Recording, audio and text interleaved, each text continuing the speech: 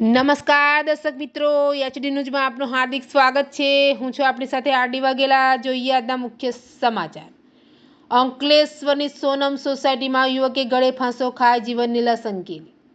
Ankleshwar Rajpipla road પર આવેલ સોનમ સોસાયટીમાં રહેતા મૂળ બિહારના યુવકે કોઈ અગમ્ય કારણોસર છતના પંખા સાથે ગળે ફાંસો ખાઈ લેતા ચકચાર મચી જવા પામી છે। અંકલેશ્વર રાજપીપળા રોડ પર આવેલ સોનમ સોસાયટીમાં રહેતા અને મૂળ બિહારના ધરમવીર મંડળ ખાનગી કંપનીમાં નોકરી કરે છે। ધરમવીર મંડળે ગતરોજ પોતાના રૂમમાં કોઈક અગમ્ય કારણોસર છતના પંખા સાથે ગળે ફાંસો ખાઈ આત્મહત્યા કરી લીધી હતી, જે અંગે પાડોશીએ જીઆઈડીસી પોલીસને જાણ કરતા પોલીસ કાફલો દોડી આવ્યો હતો અને મૃતદેહને પોસ્ટમોર્ટમ અર્થે ખસેડી ગુનો નોંધી વધુ તપાસ હાથ ધરી છે। એચડી ન્યૂઝ સાથે રિપોર્ટ જયેશ પ્રજાપતિ, અંકલેશ્વર।